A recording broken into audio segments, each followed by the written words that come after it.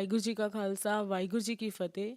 Global Midas foundation और साडा खिड़दा पंजाब की तरफ से हम सिख लीडरशिप में आज आपके सामने रूबरू करवा रहे हैं सरदार आत्मा सिंह जी लुबाना को, जो दिल्ली प्रबंधक कमेटी के जो गुरुद्वारा कमेटी है उनके वाइस प्रेसिडेंट हैं।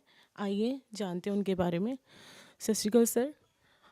आप अपने बारे में कुछ बताइए कि आप कैसे सिख राजनीति में आए। वाहिगुरू जी का खालसा वाहिगुरू जी की फतेह। मैं आत्मा सिंह लुबाना, मैं 95 ਤੋਂ ਹੀ ਦਿੱਲੀ ਗੁਰਦੁਆਰਾ ਕਮੇਟੀ ਦਾ ਮੈਂਬਰ ਹੈਗਾ ਔਰ ਬਹੁਤ ਲੰਬੇ ਚਿਰ ਤੋਂ ਹੀ ਇਸ ਗੁਰਦੁਆਰਾ ਕਮੇਟੀ ਨਾਲ ਜੁੜਿਆ ਹੋਇਆ। ਨਾਲ 84 ਰਾਈਟਸ ਕਮੇਟੀ ਦਾ ਚੇਅਰਮੈਨ ਹੈਗਾ ਔਰ ਜਦੋਂ ਇਹ ਰਾਈਟਸ ਹੋਏ ਸੀਗੇ ਤੇ ਉਸ ਕਲੋਨੀ 'ਚ ਮੈਂ ਰਹਿੰਦਾ ਸੀਗਾ ਤੇ ਅਸੀਂ ਇਹਨਾਂ ਤੋਂ ਮੰਗ ਕੀਤੀ ਸੀ ਕਿ ਸਾਨੂੰ ਵੀ ਇੱਕ ਨੁਮਾਇੰਦੇ ਦੀ ਸੀਟ ਦਿੱਤੀ ਜਾਵੇ ਤੇ ਉਹਨਾਂ ਨੇ ਸਾਨੂੰ ਦਿੱਤੀ ਸੀ ਔਰ ਸੰਗਤ ਨੇ ਸਾਡੇ ਤੇ ਵਿਸ਼ਵਾਸ ਕਰਕੇ ਸਾਨੂੰ ਇੱਥੇ ਭੇਜਿਆ ਹੋਇਆ ਔਰ ਅਸੀਂ ਹਰ ਆਪਣੀ ਆਵਾਜ਼ ਜਿਹੜੀ ਹੈ ਔਰ ਸਿੱਖ ਕੌਮ ਦੀ ਆਵਾਜ਼ ਹਮੇਸ਼ਾ ਚੁੱਕਦੇ ਹਾਂ। ਜਿੱਥੇ ਅਸੀਂ ਗੁਰਬਾਣੀ ਦਾ ਗੁਰੂਆਂ ਦਾ ਪਰਬ ਮਨਾਉਂਦੇ ਹਾਂ ਉੱਥੇ ਹੀ ਅਸੀਂ ਸਿੱਖਾਂ ਦੇ ਹੱਕਾਂ ਵਾਸਤੇ ਵੀ ਆਪਣੀ ਆਵਾਜ਼ ਚੁੱਕਦੇ ਹਾਂ। ਚਾਹੇ ਸਾਨੂੰ ਕਿਸੇ ਵੀ ਸਰਕਾਰ ਦਾ ਕੋਈ ਡਰ ਨਹੀਂ ਹੁੰਦਾ। ਆਪਣੀ ਗੱਲ ਕਹਿਣ ਵਿੱਚ, ਆਪਣੀ ਗੱਲ ਰੱਖਣ ਵਾਸਤੇ, ਸਾਨੂੰ ਮੰਗ ਕਰਨ ਵਾਸਤੇ, ਚਾਹੇ ਸਾਨੂੰ ਸਰਕਾਰ ਦੇ ਵਿਰੁੱਧ ਵੀ ਜਾਣਾ ਪਏ ਤੇ ਅਸੀਂ ਜਾਂਦੇ ਹਾਂ। ਅਸੀਂ ਉਹਨਾਂ ਦੇ ਖਿਲਾਫ ਹਮੇਸ਼ਾ ਪ੍ਰਦਰਸ਼ਨ ਵੀ ਕਰਦੇ ਰਹੇ ਹਾਂ, ਅਸੀਂ ਲੜਾਈ ਵੀ ਲੜੀਆਂ ਨੇ ਔਰ ਅਸੀਂ ਕਾਮਯਾਬ ਵੀ ਹੋਏ ਹਾਂ। सर जिमें तुसी कह रहे हो कि 1984 जो 84 के दंगे हुए थे उसमें अभी भी लोग सरवाइव कर रहे हैं। हमने सर्वे किए हैं, जैसे तिलक विहार हम गए, तिलक नगर गए, वहाँ पे अभी भी लोग हैं जो 1984 के हैं। उनकी फैमिली जो अभी भी सरवाइव कर रही है, तो उसके बारे में उनकी जो समस्याएं अभी भी दूर नहीं हुई हैं, तो आगे आप क्या कैसे उसकी समस्याओं को हल निकालेंगे। देखो, ये इतना बड़ा, पहली बात तो ये है कि नरसंहार था। ये मतलब दंगा पीड़ित नहीं है, ये नरसंहार नस्ल कुशी हमारी की गई है। क्योंकि वन साइड पूरा पूरा प्रशासन, दिल्ली पुलिस और सारी सरकार ने मिलकर सिखों का कत्लेआम करवाया था और दिल्ली में लगभग 5,000 लोगों को यहाँ पे कत्ल किया गया और 10,000 लोग इंजर्ड हुए थे और कम से कम भी 20,000 लोग जिनका माली नुकसान हुआ है, उनका ट्रांसपोर्ट का, फैक्ट्रियों का, घर का नुकसान हुआ था, वो लोग हुए हैं। और हमने शुरू से ही मतलब ये हमने डिमांड रखी थी कि इनको मतलब रिहेबिलिटेशन किया जाए। तो शुरू में ही मैंने इसको आज तक, जो बीच में काफ़ी जत्थेबंदी आई, बीच बीच में वो छोड़ फाड़ के चली गई हैं, लेकिन मैं शुरू से ही 85 से ही लगा हुआ हूँ और मैं खुद विक्टिम हूँ। हमारे परिवार में 11 लोगों का शहीदी हुई थी परिवार के अंदर। तो मैंने अच्छे से इसको देखा है अपने आँखों के सामने और भगवान ने हमारे को मतलब मौका दिया है, तभी हम बचे, नहीं वरना हम तो बहुत इस दुनिया में नहीं होते। लेकिन शुरू से ही हमने प्रण किया था कि हम इसकी लड़ाई को लड़ेंगे। जब एक समा वो था कि राजीव गांधी प्रधानमंत्री था, उसके आगे कोई भी सिख लीडर, चाहे पंजाब की सिख लीडर हो या दिल्ली की हो, कोई भी आवाज़ नहीं उठाता था।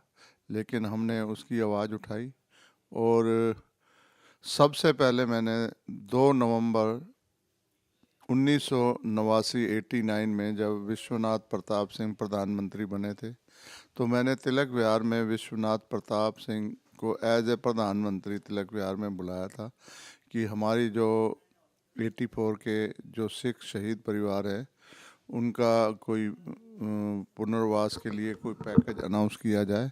लेकिन जो उनके साथ रूलिंग पार्टी में जो पार्टियां अटैच थी, जिनके समर्थन से वो बने थे, उन्होंने उनका समर्थन वापस ले लिया था। लेकिन फिर भी वो कहने लगा कि मैंने कमिटमेंट की है, मैं आपका फ़ायदा नहीं कर सकता लेकिन मैं आऊँगा ज़रूर। और जब वो आए थे तो उन्होंने 1,000 रुपये महीना इनकी विधवाओं की पेंशन उन्होंने शुरू की थी और हमने काफ़ी सारी बातें उनको कही थी, लेकिन वो कह रहा है कि मैं इस पोजीशन में नहीं हूँ कि मैं कोई अनाउंसमेंट कर सकूं, क्योंकि मेरी सरकार ही अल्पमत में है, तो वो नहीं कर पाया। लेकिन उसके टाइम पे हमने कोशिश की थी कि जो हमारे 84 के जो दोषी हैं उनके खिलाफ सख्त कार्रवाई होए। तो उन्होंने सीबीआई को जब इन्होंने रंगानाथ मिश्रा कमीशन की रिपोर्ट के बाद में जब लीपापोती करने की कोशिश की, तो हम 90 दिन के लिए हमने बोट क्लब के ऊपर धरना लगाया था, और उसके नतीजे स्वरूप इन्होंने ML Jain AK Banerjee committee बनाई थी कि उन्होंने कहा था कि आप जो है इसमें फ्रेश एफिडेविट दे सकते हो। तो हमने एमएल जैन AK बनर्जी को हमने 87 में जो है हमने एफिडेविट जमा करवाए थे। उनके बिहाफ के ऊपर सज्जन कुमार की अरेस्ट करने के लिए सीबीआई सज्जन कुमार को उनके घर गई थी 90 के अंदर, और इतना ये गुंडा और बदमाश था कि सीबीआई की एक जिप्सी और एक कार को उन्होंने जला दिया, और उनको खुद को सीबीआई के अधिकारियों को उन्होंने को बंधक बना लिया था, और सज्जन कुमार अग्रिम जमानत लेने में कामयाब हो गया था, क्योंकि सरकार भी इनकी दिल्ली के अंदर भी थी, पूरे अपने इंडिया में थी उनकी सरकार। तो सारा उनका अप्रोच, उनका पावर का इस्तेमाल करते हुए उसने अग्रिम जमानत कर ली थी, और वो मतलब किसी भी तरह से मतलब अरेस्ट होने से बच गए थे। लेकिन जब नानावती कमीशन बना, तो अटल बिहारी वाजपेयी ने ये नानावती कमीशन बनाया था, उसकी रिपोर्ट 2005 में अगस्त में आई थी, और जब इन्होंने पार्लियामेंट के अंदर 8 अगस्त 2005 को पार्लियामेंट के अंदर इन्होंने जब वो शिवराज पाटिल तत्कालीन गृह मंत्री थे, उन्होंने जो रखी, तो उसमें उन्होंने एक्शन टेकन रिपोर्ट में बोल दिया कि कांग्रेस का किसी का भी हाथ नहीं है। तो उसका हमने विरोध किया था।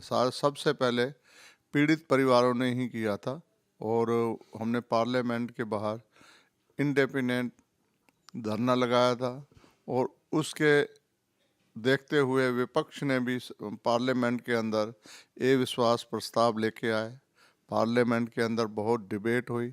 जो इनके सहयोगी पार्टी थे यूपीए सरकार के, उन्होंने भी उनको क्रिटिसाइज किया कि आप लोगों ने बहुत गलत किया है, इनको न्याय मिलना चाहिए।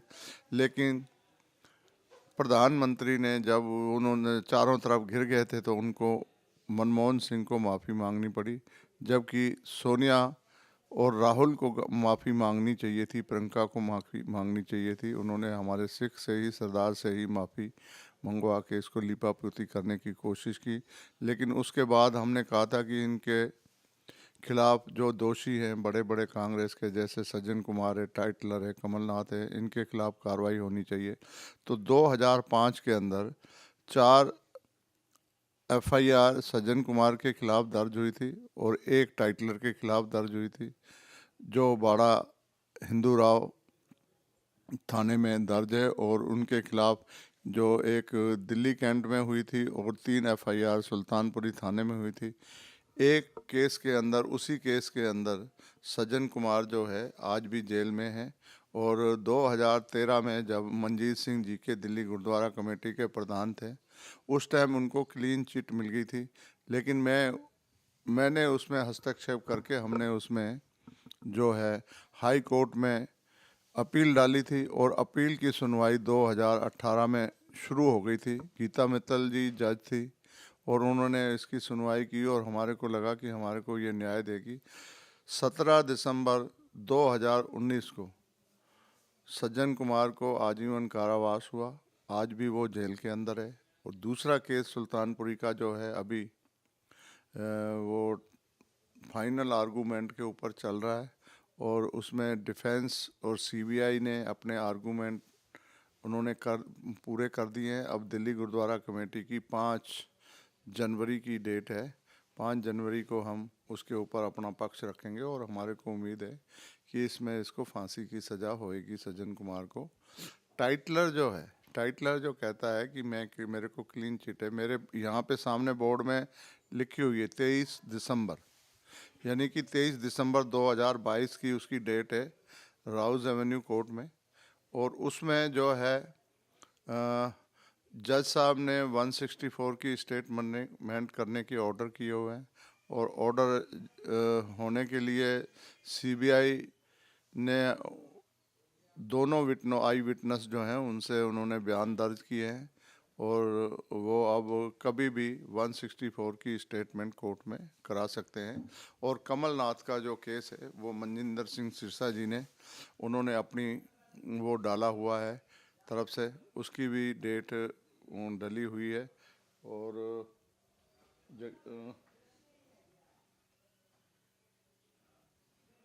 कमलनाथ की कितने हैगी भाई, 20 फरवरी को कमलनाथ की कोर्ट में डेट है, और उसको भी बहुत जल्दी उसकी भी चार्जशीट होके उसको वो करेंगे, अक्यूज़ बनाया जाएगा और फिर ये चलेगा। हम बार बार सरकार से मांग करते हैं कि इसमें जो है स्पेशल कोर्ट बनाई जाए जो डे टू डे सुनवाई हो, लेकिन हमारे को पता है कि जब मोदी जी की सरकार आई है तो 2017 के अंदर नवंबर में मैं मोदी जी को मिला था, और मोदी जी से मैंने कहा था कि भाई हमारे को आपकी सरकार आने के बाद आज भी जजों का जो रवैया है वो उसी तरह से है, वकीलों का रवैया उसी तरह से है, सीबीआई का रवैया उसी तरह। मेरे को दोनों कंधों पे हाथ रख के मेरे को मोदी जी ने कहा था, और मीडिया में भी ये काफ़ी मतलब न्यूज़ चली थी, तो उन्होंने कहा था कि आपको न्याय भी मिलेगा और ये अंदर भी जाएंगे, और उसके बाद सज्जन कुमार अंदर गया था। अभी हमें उम्मीद है कि ये दोनों जो हैं कमलनाथ और टाइटलर ये भी जाएंगे। इसके साथ ही हमारी और भी तिलक विहार में काफ़ी लोगों की बहुत सारी प्रॉब्लम है, क्योंकि जो राइट्स हुए थे उसमें जो बच्चे स्कूलों में पढ़ते थे उस वक्त उनकी पढ़ाई उसी टाइम ब्रेक हो गई, घर में कोई रहा नहीं कमाने वाला, जो उनके घर में था सब लूट पाट करके ले गए थे, और उनके मतलब पेरेंट्स को, उनके ब्रदर को, सबको मार दिया गया था। छोटे छोटे बच्चे थे वो पढ़ाई नहीं कर पाए। वो जनरेशन जो है वो जनरेशन बिल्कुल बेकार हो गई, और वो अब हम उनके जो बच्चे हैं उनको पढ़ाने के लिए दिल्ली से गुरुद्वारा कमेटी से मैंने फैसला करवाया है कि इनकी 80% फीस जो है वो हम बिल्कुल माफ़ करेंगे। और मेरे पास बबीता निकाल के देना, हमने सारे स्कूलों में हमने पॉलिसी बना दी है कि वो जो है इनका होना चाहिए। साथ में मैंने एक हाई कोर्ट में रिट पिटीशन डालकर ये कहा था कि इनको एक परिवार में एक नौकरी दी जाए। वो केस भी हम डबल बेंच से जीत चुके हैं, और 27/11/2019 को उसका ऑर्डर आया था, लेकिन आज भी दिल्ली सरकार ने उसको इम्प्लीमेंट नहीं की। तीसरी बात जो है कि अपने अरविंद केजरीवाल जी ने बोला था कि मैं इन पीड़ित परिवारों की जो है मालिकाना हक इनको दूंगा, और बिजली के बिल जो है पिछले बिल माफ़ करूंगा। ये देख लो मैडम, ये मेरे भी साइन है इसमें, हमारे प्रधान जी जनरल सेक्रेटरी के, और हमने ये पॉलिसी को कंटिन्यू करते हुए 25/5/2022 को ये दोबारा हमने ये किया। इससे पहले 17 से हमने, जब से हम दिल्ली कमेटी में आए 13 से ही हमने इन बच्चों की 2013 से ही 250 बच्चे तकरीबन हमारे स्कूल में पढ़ते हैं, तो हम उनकी फीस 20% हमने लेते हैं उनसे। वो भी वो बड़ी मुश्किल से दे पाते हैं, कईयों की तो उनकी भी माफ़ करनी पड़ती। तो हम ये चाहते हैं कि जो कुछ सिखों से भी मैं अपील करना चाहूँगा कि कुछ 20% फीस कोई सिख जो है बच्चे अगर अडॉप्ट कर लें और हरकृष्ण पब्लिक स्कूल में पूरे साल की अगर दें तो पूरे साल की तकरीबन एक बच्चे की 9 या 10 हज़ार रुपये ही फीस होएगी, और 200 बच्चे हैं। तो हमारे सिख कौम जो है इस काम के लिए बहुत आगे होकर सेवा करती है। तो मेरी उन्हीं सभी सिख भाइयों से और दानी सज्जनों को मैं बेनती करूंगा कि उनके लिए कुछ आगे आए, और ये बच्चे अगर पढ़ जाएंगे तो इनका भविष्य बनेगा। ये हमारे कौम की विरासत है, इनको हमारी जिम्मेवारी बनती है कि हम इनको संभालें। और मैंने हाई कोर्ट में जो केस डाला था, आज तक नौकरी का ऑर्डर होते हुए भी केजरीवाल सरकार ने उसको इम्प्लीमेंट नहीं किया। अभी मैंने दिसंबर में ही हमने, क्योंकि कोविड आने की वजह से ये हो गया, डिले हो गया, इन्होंने कहा हम करते हैं, नहीं किया, तो मैंने contempt of court writ petition दूसरी अभी डाली है, जो कि अब इनको नोटिस चला गया सरकार को, बताओ इनको या ये नौकरी देंगे, नहीं तो सरकार के अधिकारी उसमें जेल जाना पड़ेगा उनको, क्योंकि इसके अलावा उनके पास कोई चारा नहीं है। काफ़ी लोगों को जिनका मुआवजे का हक बनता है उनको नहीं दिए गए, मालिकाना हक नहीं दिया गया। 2017 में 10 जनवरी को केजरीवाल जी तिलक विहार में आए थे और उन्होंने घोषणा की थी कि पिछला बिजली का बिल जो है माफ़ किया जाएगा और आगे से हम 400 यूनिट तक फ्री करेंगे, लेकिन आज तक उसको इम्प्लीमेंट नहीं किया। लेकिन इससे पहले 84 से आज तक हमारे से किसी भी सरकार ने, चाहे भारतीय जनता पार्टी की सरकार रही हो, कांग्रेस की सरकार रही हो, हमारे से उन्होंने बिल नहीं लिया और हमारे मकानों की कीमत के नोटिस हमारे को नहीं भेजे। लेकिन जब से केजरीवाल आया, ये इनको नोटिस भी भेज रहा है, मालिकाना हक उनकी कीमत भी मांग रहा है, बिजली के बिल भी लोगों के 4-4 लाख 5-5 लाख रुपए के बिल आ चुके हैं। इसके लिए हम आज भी हम फाइट कर रहे हैं। सर, आपने स्टडी के बारे में कहा, पढ़ाई के बच्चों की। हमने ना दिल्ली के जितने भी गुरुद्वारे हैं, हमने सर्वे किए। वहाँ के सेवादारों की एक तो सैलरी बहुत थोड़ी है, और वो बच्चों अपने बच्चों को सरकारी स्कूल में डाला हुआ है। जबकि आप लोग कोटा देते हैं, वो चाहते हैं कि उनके बच्चे प्राइवेट स्कूल में पढ़ें, पर वो किसी फाइनेंशियली की तरफ से, जैसे सेवादारों की जो सैलरी उसकी तरफ से इशू की वजह से उनके बच्चे जो हैं वो प्राइवेट स्कूल में नहीं पढ़ सकते। तो आपने उनके लिए कुछ ऐसे रूल्स निकाले हैं ताकि वो अपने बच्चों को प्राइवेट स्कूल में पढ़ा सके? देखो, हमने इस विषय के ऊपर भी हमने पॉलिसी बनाई है कि जो सेवादार हमारे एम्प्लॉय नहीं, पूरी दिल्ली में जो सेवादार और ग्रंथी हैं उनके बच्चों से जो हम फीस हम की उसमें कंसेशन उनको हमने किया हुआ है। और उनका लमसम जो है हम उनसे 2,000 रुपये पर मंथ मांगते हैं। वैसे तो हमारे स्कूलों में फ़ीस बहुत ज़्यादा है, लेकिन 1600 और 2,000, और कोविड के बच्चों को भी हम यही स्कीम हमने उनको दी है। जो हमारे परिवार सिख परिवार के बच्चे हैं उनके लिए भी हमने उसमें सहायता ग्रांट की है। अभी जैसे दिल्ली में सिख जो रहते हैं, सिख फैमिलीज हैं, उनकी क्या क्या समस्या आपके सामने आती हैं? देखो, दिल्ली गुरुद्वारा कमेटी का जो मेन इशू है, हमारा इशू है कि हम गरीब परिवारों की इसमें हेल्प करें। दूसरा हमारा इशू है कि हमने अपनी गुरबानी का, सिखिज़्म को, इसका प्रचार करें। और बहुत सारे हमारे को हम राजस्थान के अंदर गुरमत प्रचार सेंटर हमने खोला हुआ है। वहाँ पे हम हर गांव के अंदर पंजाबी पढ़ाने का काम हम शुरू करने जा रहे हैं। पहले हमने किया था, लेकिन पिछली सरकार दिल्ली कमेटी ने आके बंद कर दिए थे। लेकिन जब मैंने 2002 में वो 51 स्कूल हमने वहाँ पे शुरू किए थे, वो इन्होंने बंद कर दिए, तो हम उसको दोबारा चालू कर रहे हैं। और कीर्तन दरबार हम करते हैं, हम रागी जत्थे भेजते हैं फ्री में। और हमारा प्रचारक जो हैं हमारे गांव-गांव जाते हैं, चाहे यूपी के हों, राजस्थान के हों, पंजाब में हों। और साथ में पंजाब में जो धर्म परिवर्तन की तरफ जो बढ़ रहे हैं, उसको भी हमने रोक लगाने के लिए पंजाब में बहुत बड़ा हमने सेंटर खोला दिल्ली गुरुद्वारा कमेटी की तरफ से। और उसके नतीजे भी बहुत अच्छे आए हैं। और अब बहुत तेज़ी से हमारे जो सिख हैं, जो क्रिश्चियन बन चुके हैं, वापस सिक्खी में आ रहे हैं। और राजस्थान में भी जो कुछ बन गए थे उसमें से हमने अभी 5 परिवारों को वापस बैक करवाया है। और पंजाब के अंदर तो हमारा जो चेयरमैन है मनजीत सिंह मोगा जी, वो बहुत ही मेहनत से काम कर रहे हैं और गांव-गांव जाके उसका प्रचार कर रहे हैं। कि पंजाब में यही आपने कहा कि धर्म कन्वर्जन बहुत हो रहा है। वहाँ के जो पंजाबी हैं, सिख हैं, और जो वहाँ की जो यंग जनरेशन है, युवा है, वो या तो नशे में डूबे हुए हैं या तो वहाँ से बाहर जा रहे हैं। तो जो दुनिया भर में सिख रह रहे हैं, उनके लिए कुछ जैसे उनकी जो समस्या रहती है, अब इंडिया से वो लोग बाहर जा रहे हैं, तो उसके बारे में बताएंगे?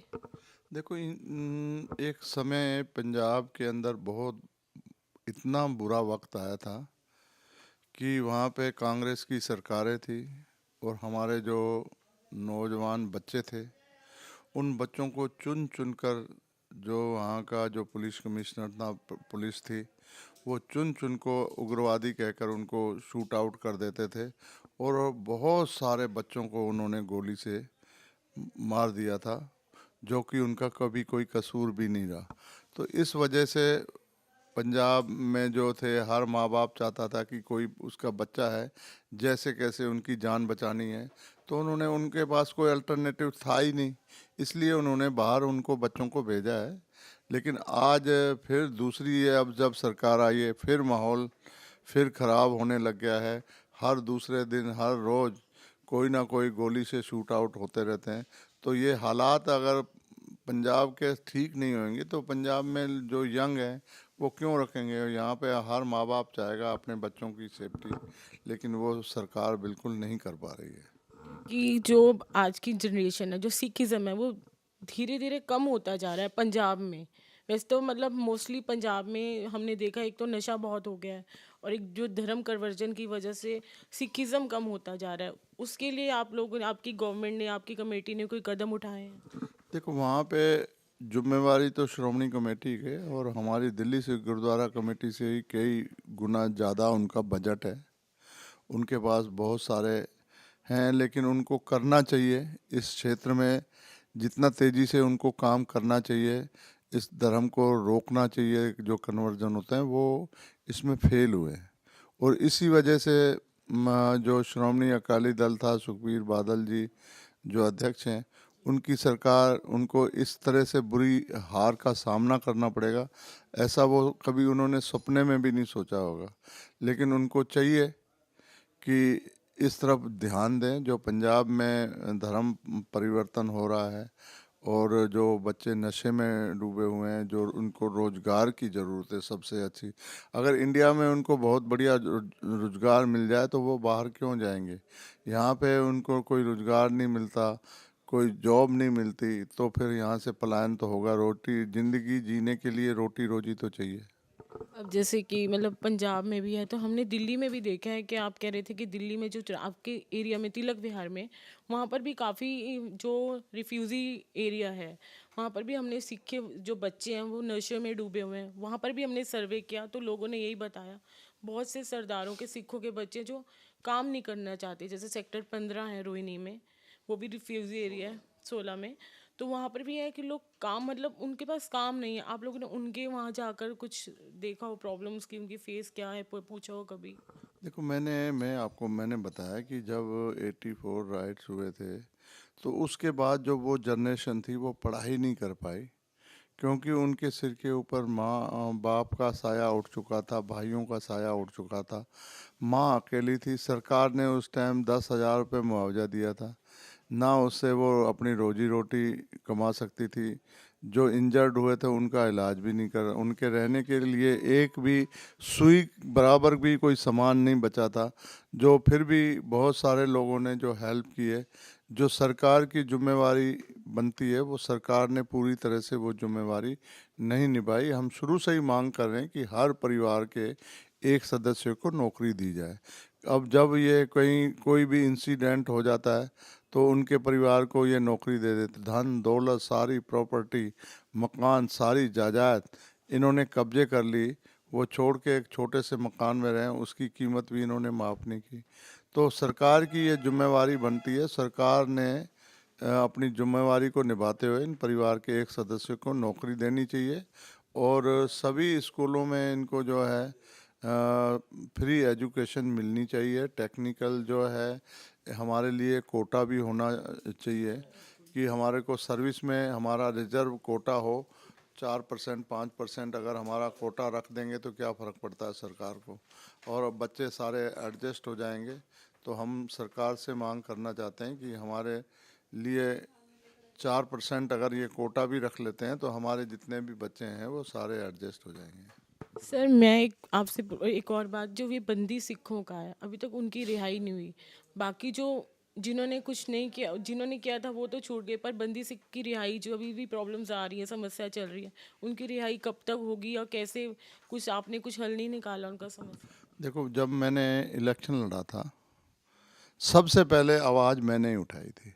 हमारे जगतार सिंह हवारा जी हैं, रजवाना जी हैं, और दया सिंह लोहिया जी हैं, और दया सिंह लोहरिया जी हैं, और एक चौथा मेरे को देवेंद्र सिंह भुल्लर जी हैं। तो मैंने इनके लिए मैंने आवाज़ उठाई थी, मेरे पास अखबार की कटिंग भी है। आज ये सारे आज सारे बंदी सिंहों की बात कर रहे हैं, मैं इनसे ही पूछना चाहता हूँ, जब ये सरकार के अंदर इन्वॉल्व थे, जब सरकार के अंदर भाईवाल थे, तब इनको याद नहीं आई? जब इनकी सत्ता घिसक गई, जब इनकी आवाज़ उठा, जब मैं आवाज़ उठाता तो मेरे को कहता ये तो लुबाना पागल है, ये ऐसे ही कहता रहता। अरे यार, वो उन आदमियों ने, उनका क्या कसूर है? 20-20 साल, 25-25 साल उन्होंने जेलों में काट लिए। उनका बाहर आना, जितनी सजा है उससे ज़्यादा वो काट चुके हैं। उनको फिर भी सरकार जो है उनको छोड़ नहीं रही। तो हम इसके लिए बहुत जल्दी, क्योंकि मैं इसके लिए आवाज़ उठाने वाला था, लेकिन मेरे को हार्ट की प्रॉब्लम हो गई। अभी मेरे 3 स्टंट मेरे को डले हैं, तो मैं अभी इसके लिए थोड़ा सा प्रैक्टिकल में करने लगा हूँ। लेकिन मैं अब जैसे ही थोड़ा सा और टाइम लेके हम इसको सरकार से भी हम बात करने वाले हैं, क्योंकि इनकी रिहाई हो जाएगी और वो लोग अपनी जो उनकी जो ग्राउंड है, उनकी ज़मीन जो खिसक गई है, वो अपना आधार बनाने के लिए इनको ढाल बनाने की कोशिश कर रहे हैं। ऐसे स्वार्थ की राजनीति नहीं चाहिए। इनको ईमानदारी से इन जो बंदी सिंह हैं उनके लिए करनी चाहिए। और मैं बंदी सिंहों के जो पेरेंट्स हैं, बंदी सिंह के जो रिश्तेदार हैं, मैं उनसे मैं रिक्वेस्ट करना चाहता हूँ हाथ जोड़ के, कि वो अगर हमारे को अपनी फाइल, या दिल्ली से गुरुद्वारा कमेटी से जितना भी बड़ा वकील उनको एडवोकेट चाहिए तो हम देंगे। हमारे प्रधान जी हरमीत कालका जी, उन्होंने भी कहा है, जगदीप सिंह कालो जी ने कहा है, और जितनी भी हमारी टीम है वो दिल से चाहती है कि ये बंदी सिंह बाहर आने चाहिए। लेकिन अकाल तख्त ने जब ये कमेटी बना दी तो उसके बाद इन्होंने ही उस कमेटी को मतलब खेरू खेरू कर दिया। उसमें फूट डालने का इन्होंने काम किया। जब इन्होंने यहाँ पे मार्च रखा तो हमारे को उसमें इन्वॉल्व नहीं किया गया। तो ये चाहते ही नहीं है कि इसको बंदी सिंह बाहर आए, क्योंकि जो आज हम दिल्ली कमेटी में, हमारे को दिल्ली की सिख संगत ने हमारे को सेवा करने का मौका दिया है, तो हमारे पास हमारी बात सरकार भी अच्छी तरह से सुन सकता है। लेकिन ये एक दूसरे की टांगे खींचने के पीछे लगे हुए हैं, ताकि जिससे काम ये ना हो। सिर्फ बयानबाजी, अखबारों में बयान दे सकते हैं, बाकी इनकी कोई, आज तक इन्होंने प्रधानमंत्री को मिलने की कोशिश नहीं की, होम मिनिस्टर को मिलने की कोशिश नहीं। अपने काम के लिए मिल लेते हैं, जब इनकी बात आती है तो उनके वो बात वहाँ पे नहीं उठाते। जब इनको करना चाहिए इन्होंने नहीं किया, वो समय इन्होंने गवा दिया। इनकी सरकार पंजाब में थी, इन्होंने नहीं छोड़ा। आज जब सत्ता इनकी चली गई तो इनको याद आ रही है, तो ऐसा नहीं करना चाहिए। देखो, वो भी किसी परिवार के बच्चे हैं, इतनी बड़ी उन्होंने कुर्बानियाँ दी हैं। उन्होंने उनकी किसी के साथ कोई दुश्मनी थी, वो कौम के लिए अपनी कुर्बानी देकर आए हुए हैं। आज वो अंदर हैं, जेलों के अंदर, और उन्होंने हमारे को, सिखों को मान सम्मान जो सौंपा है, वो हमारी सबकी जिम्मेवारी बनती है उनके लिए ईमानदारी से काम करें। सर, जो हरियाणा में एक मतलब कि न्यू कमेटी बनी है गुरुद्वारा की, उसके बारे में आप बताएंगे? देखो जी, ये परमजीत सिंह सरना जो है, इन्होंने ये कमेटी बनाई, और बादल साहब के साथ इनका 25 साल तक विरोध रहा। रोजाना पानी पी पी के उनको कोसते थे, उनकी निंदा चुगली करते थे, उनको गालियां देते थे।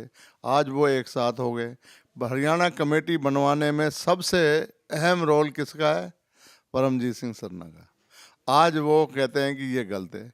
अरे, तूने बीज तो तूने ही बोया है, अब इसको सही करने की अब बारी आई है। तो जब वो कमेटी फ्रेम कर दी, इलेक्शन हो गया, वहाँ पे बना दी है, पार्लियामेंट में एक्ट को पास कर दिया गया, तो अब जब इन्होंने बीज बो दिया है तो भुगतेंगे, तो यही भुगतेंगे ना अब। और एक लास्ट क्वेश्चन है, आजकल बहुत ज़्यादा पॉपुलर हो गए हैं, लोकप्रिय हैं अमृतपाल सिंह। मतलब उनका जो आज उनकी विचारधारा है, मतलब बहुत ज़्यादा फेमस हो गया, उनके बारे में बताएंगे कुछ? देखो, अमृतपाल एक सच्चे सुच्चे इंसान हैं। वो सिखों की आवाज़ उठा रहे हैं, उनको कोई कुर्सी नहीं चाहिए। वो तो एक हमारे सिखों की आवाज़ बन के आ रहे हैं और हर सिख की वो दुख सुख की बात को उठाते हैं। उन्होंने कहा जितने साल हमने जीना है ईमानदारी से जिएंगे। ये तो कभी भी हमारे को गोली मार सकते हैं, तो फिर डरें क्यों। वो सही दिशा बच्चों को नौजवानों को दे रहे हैं और उससे पंजाब में नशा के अंदर जो है काफ़ी काफ़ी लोग मतलब छोड़ छोड़ के उनके साथ जुड़ रहे हैं। एक ये खुशी की बात है कि और उसका समर्थन सभी को करना चाहिए। जी। और आपकी जो श्रोमणी अकाली दल स्टेट, दिल्ली स्टेट की जो कमेटी है, उसकी क्या विचारधारा है? देखो, हम यही चाहते हैं कि देखो हमारे सिखों के साथ जो भी अन्याय होता है, चाहे हमारा जो भी मुद्दे हैं, चाहे बंदी सिंह हो, चाहे डांगमार गुरुद्वारा हो, चाहे ज्ञान गोदड़ी गुरुद्वारा हो, तो वो सभी आज़ाद होने चाहिए। और इस टाइम हम मोदी से हम अब प्रधान जी हमारे टाइम मांग रहे हैं, उनसे मोदी जी से मिलके इन इशू के ऊपर बात करेंगे और बहुत जल्दी इनका हल निकलेगा। हमारे को हम इंदिरा गांधी जो अपना एयरपोर्ट है उसका नाम भी हम गुरु तेग बहादुर साहब के लिए हमने बोला है कि गुरु तेग बहादुर साहब जो हैं हमारे 9वें गुरु, उनके 400 साला शहीदी समागम वो चल रहे हैं, तो उसके अंदर उनको नाम बदलना चाहिए। प्रधानमंत्री जी से उम्मीद है और कि हमें चाहिए, उम्मीद है कि वो इसको करेंगे। और जो 26 दिन को छोटे साहिबजादों को शहीदी आ रही है, वीर बाल दिवस के बारे में आप हमारी जो जनता है उनको कुछ बताइए। देखो, वीर बाल दिवस हमारी बहुत दिनों से ये डिमांड थी और हमारे क्षेत्र के जो सांसद हैं प्रवेश साहब सिंह वर्मा जी, इन्होंने उठाया था। बहुत सारे एमपीओं का से साइन करवा के उन्होंने ये किया था और प्रधानमंत्री ने वीर बाल दिवस नाम बाबा जुझार सिंह और बाबा फतेह सिंह के नाम से उनको संकेतित करते हुए ये वीर बाल दिवस घोषित किया है। और अभी दिल्ली गुरुद्वारा कमेटी के सहयोग से भारत सरकार 26 दिसंबर को इंडिया गेट के ऊपर ये मना रही है। तो और इसका जो है 35 भाषाओं के अंदर सभी सरकारी स्कूलों में कॉलेजों में इनका सिलेबस में मतलब उन्होंने नोट करवा दिया है और इनको ये पढ़ाया भी जाएगा, जो कि बहुत बड़ी उन्होंने बहुत बढ़िया कदम उठाया है। और आने वाले कुछ समय में हर बच्चा उनको पता होगा कि ये कौन बच्चे थे, इन्होंने क्या किया था देश के लिए, तो वो सब आदमियों को हमारे इतिहास के बारे में मालूम होएगा। जी, धन्यवाद।